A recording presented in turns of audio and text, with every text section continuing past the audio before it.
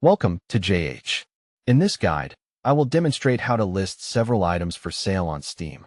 If you want to organize your inventory and earn some money from your extra trading cards, this is the perfect tutorial for you. Let's get started immediately.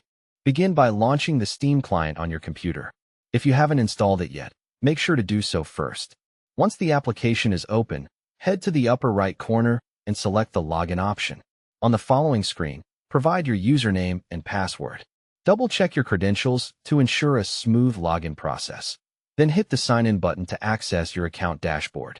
Before proceeding, keep in mind that Steam lacks a built-in feature to sell everything at once with a single click.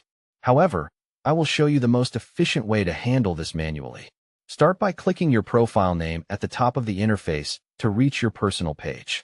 From your profile, navigate to the inventory section. Here, you will find all your digital goods, including the trading cards we are focusing on today. Look through your collection and identify the specific items you want to list on the marketplace.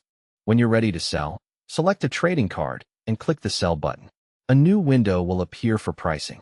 In the field labeled Buyer Pays, enter the price you want for the item. It is smart to check current market rates to ensure your price is competitive. After entering the amount, click OK to finalize the listing. This puts your item on the Steam market where it becomes visible to potential buyers. Simply repeat these steps for every item you wish to offload. To track your sales, go to the Community tab at the top and choose Market from the menu. This area lets you monitor your active listings and see what has sold or what is still available. That covers the process for selling multiple Steam items efficiently to manage your inventory. Thanks for joining us and good luck with your sales.